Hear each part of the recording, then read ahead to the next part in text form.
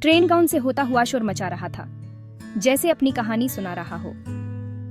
नीता खिड़की के पास बैठी एक किताब में खोई हुई थी। उसकी आंखें पन्नों पर टिकी हुई थी।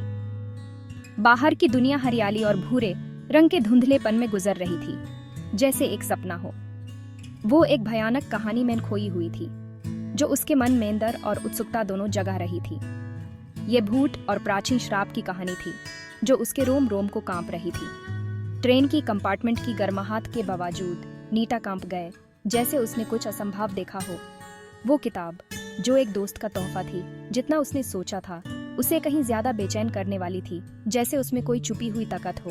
यह एक भयानक आत्मा के बारे में था, जो दो दुनियाओं के बीच फंसी हुई थी, अपनी मुक्ति की तलाश में। लेखक ने दावा किया था कि आत्मा पढ़ने वालों को अपने वश में कर सकती है और उन्हें अपने साथ खींच सकती है। नीता ने इस बात का मजाक उड़ाया, फिर भी उसकी रीढ़ की हड्डी में सिहरन दौड़ गई, जैसे उसने कुछ अनहोनी महसूस की हो। वो अगले चैप्टर पर पहुंची, राज को सुलझाने के लिए उत्सुक। उसके दिल की धड़कन तेज हो गई थी। यूज किया पता था कि वो खुद एक भयानक कहानी का हिस्सा बनने वाली थी, जो उसकी जिंदगी को हमेशा के लिए बदल देगी। नीता जितना ज्यादा किताब में डूबती गई, उतना ही ज्यादा बेचैन होती गई। कहानी में एक रिचुअल का वर्णन था। यह एक प्राचीन मंत्र के बारे में था। वो शब्द, जिसे नीता नहीं पहचानती थी, ने यूज बेचैनी से भर दिया। यूज एक अजीब सी ललक महसूस हुई। वो खुद को वो शब्द बुदबुदाते हुए पाती है। यूज अपनी जीभ पर वो शब्द ठंडे और हवा में भारी लगे। ट्रेन पटरियों पर जोर से चलती रही। बाहर सूरज ढलने लगा। परछाया कंपार्टमेंट में फैल गई, जो नीता के दिल में बढ़ते अंधेरे को दर्शाती थी। उसने अपने दिमाग से बेचैन कर देने वाले शब्दों को हटाने की कोशिश की, लेकिन बहुत देर हो चुकी थी। किताब ने अपना असर दिखाना शुरू कर दिया था। टिकट प्लीज, उसने कहा। उसकी आवाज कर्कश थी। कंपार्टमेंट के एंड में परछाइयों से एक आदमी निकला। यह टिकट चेकर था। उसका चेहरा मंद रोशनी से जगमगा रहा था। वो नीता के पास आया। उसकी नजर उसकी गोद में रखी किताब पर टिकी हुई थी। नीता ने अपना टिकट ढूंढने की कोशिश की। उसे डर का एक अजीब सा एहसास हो रहा था। वो इस एहसास को झटक नहीं पा रही थी कि कुछ बहुत ज्यादा गलत हो रहा था।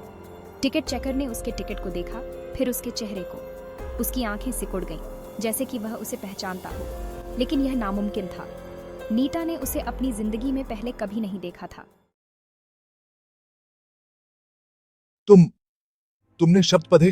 टिकट चेकर बोला। उसकी आवाज धीमी फुसफुसाहट थी। नीता का दिल जोर जोर से धड़क रहा था। यूज कैसे पता चल सकता था? नीता को किताब उसके हाथों में भारी लग रही थी, जो उसके बढ़ते डर का एक स्पष्ट रूप था। बहुत देर हो चुकी है, उसने फुसफुसाते हुए कहा। वो यहाँ है। मैं नहीं जानती तुम्हारा क्या मतलब है, वो हकलाते हुए बोली। उसकी आवाज धीमी और पतली थी। उसके शरीर में एक ठंडक फैल गई। ऐसा लग रहा था जैसे उसके अंदर कुछ उठ रहा हो, कुछ काला और शक्तिशाली। उसकी नजर धुंधली हो गई। कंपार्टमेंट के किनारे अंधेरे में धुंधले होते गए। टिकट चेकर एक कदम पीछे हटा। उसकी आंखें डर से फैली हुई थीं। टिकट चेकर ने रेलवे पर अपने सालों में बहुत कुछ देखा था। उसने हर तरह के यात्रियों को देखा था, हर तरह की परिस्थितियों का सामना किया था, लेकिन जैसे इसके लिए उसे कुछ भी तैयार नहीं कर सकता था। यह घटना उसके अनुभव से परे थी, कुछ ऐसा जो उसने कभी नहीं सोचा था कि वह देखेगा। युवा महिला नीता उसकी आंखों के सामने ही बदल गई थी। उसकी हरकतें और हाव भाव अचानक से बदल गए थे, जैसे किसी ने उसे जादू से बदल दिया हो। उसका व्यवहार, जो एक बार सुखद था, अब एक ठंडी तीव्रता से भर गया था। उसकी आंखों में एक अजीब सी चमक थी, जो पहले कभी नहीं देखी गई थी। उसने किताब के बारे में फुसफुसाहट सुनी थी। यात्रियों के बीच एक रहस्यमय किताब की चर्चा हो रही थी, जो किसी प्राचीन रहस्य को छुपाए हुए थी। एक श्रापित वस्तु, कुछ इसे कहते हैं। यह वस्तु किसी प्राचीन और खतरनाक शक्ति से जुड़ी हुई थी, जो किसी को भी अपने वश में कर सकती थी। कहा जाता है कि इसमें निषिद्ध ज्ञान है, आत्मा की दुनिया की गहराई से एक दुष्ट अस्तित्व को बुलाने की शक्ति है। यह किताब उन रहस्यों को छुपाए हुए थी, जो किसी की भी आत्मा को बदल सकते थे। नीता की आंखों में नजर ने उसके सबसे बुरे डर की पुष्टि की। वह अब खुद नहीं रही थी। उसकी आंखों में एक अजीब सी चमक थी, जो किसी और की थी। किताब ने उसे अपना दावा कर लिया था। उसे कुछ बुराई के लिए एक बर्तन में बदल दिया था। ये किताब अब नीता के माध्यम से अपनी शक्ति का प्रदर्शन कर रही थी। उसे जल्दी कार्रवाई करनी होगी। समय बहुत कम था और उसे कुछ करना ही होगा। लेकिन वह क्या कर सकता था? उसके पास कोई योजना नहीं थी और वह समझ नहीं पा रहा था कि क्या करना चाहिए। वह सिर्फ एक विनम्र टिकट चेकर था जो एक प्राचीन और शक्तिशाली बल का सामना कर रहा था। उसके पास कोई विशेष शक्ति नहीं थी, लेकिन उसे कुछ करना ही था। ट्रेन एक सुरंग में घुस गई, जिससे कंपार्टमेंट अंधेरे में डूब गया। नीता का रूपांतरण और अधिक स्पष्ट हो गया। उसकी आंखें एक भयानक रोशनी से चमक रही थीं। उसकी आवाज एक कर्कश फुसफुसाहट थी। वो जानता है, उसने फुसफुसाते हुए कहा। उसके शब्द अंधेरे में गूंज रहे थे। वो हमारे राज जानता है। टिकट चेकर पीछे हट गया। डर से उसका गला घुट रहा था। वह अपनी टॉर्च के लिए टटोला। रोशनी की किरण अंधेरे में बेतरतीब ढंग से नाच रही थी। फुसफुसाहट ने उन्हें घेर लिया। आवाजें आवरण से परे थीं। हवा भारी हो गई, क्षय की गंध से भरी हुई थी।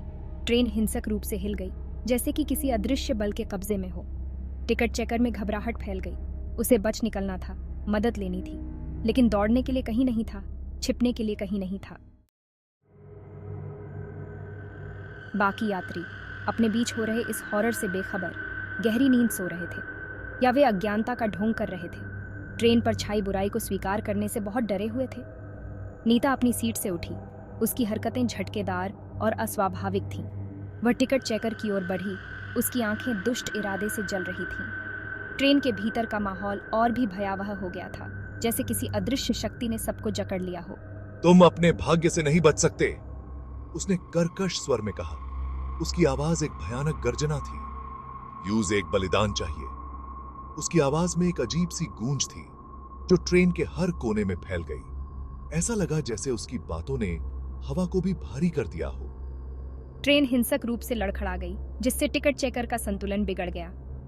वह वापस भटक गया, नीता की चपेट से बचने के लिए बेताब। किताब सीट पर खुली पड़ी थी। इसके पृष्ठ गुप्त प्रतीकों से भरे हुए थे, जो मंद रोशनी में लिखते और स्पंदित होते प्रतीत होते थे। ट्रेन एक जेल बन गई थी, एक तेज गति वाला ताबूत जो एक भयानक अज्ञात की ओर बढ़ रहा था। हर झटके के साथ ट्रेन के भीतर का डर और भी गहरा होता जा रहा था, जैसे कोई अदृश्य शक्ति सबको अपनी गिरफ्त में ले रही हो। जब सारी उम्मीदें खत्म होने लगीं, तो परछाई से एक नया ही चेहरा उभरा। एक बूढ़ा साधु, जिसका चेहरा ज्ञान और शांति से उत्कीर्ण था, गलियारे में शांति से खड़ा था। उसके भगवा वस्त्र अंधेरे में चमकते प्रतीत हो रहे थे, जो शांति की एक ऐसी आभा बिखेर रहे थे जो दमनकारी बुराई के खिलाफ दबाव बना रही थी। शांति बच्ची, तुम्हारी पीड़ा अब समाप्त होती है। नीता, उसकी आंखें अभी भी अशुभ रोशनी से चमक रही थीं, साधु की ओर मुड़ गईं।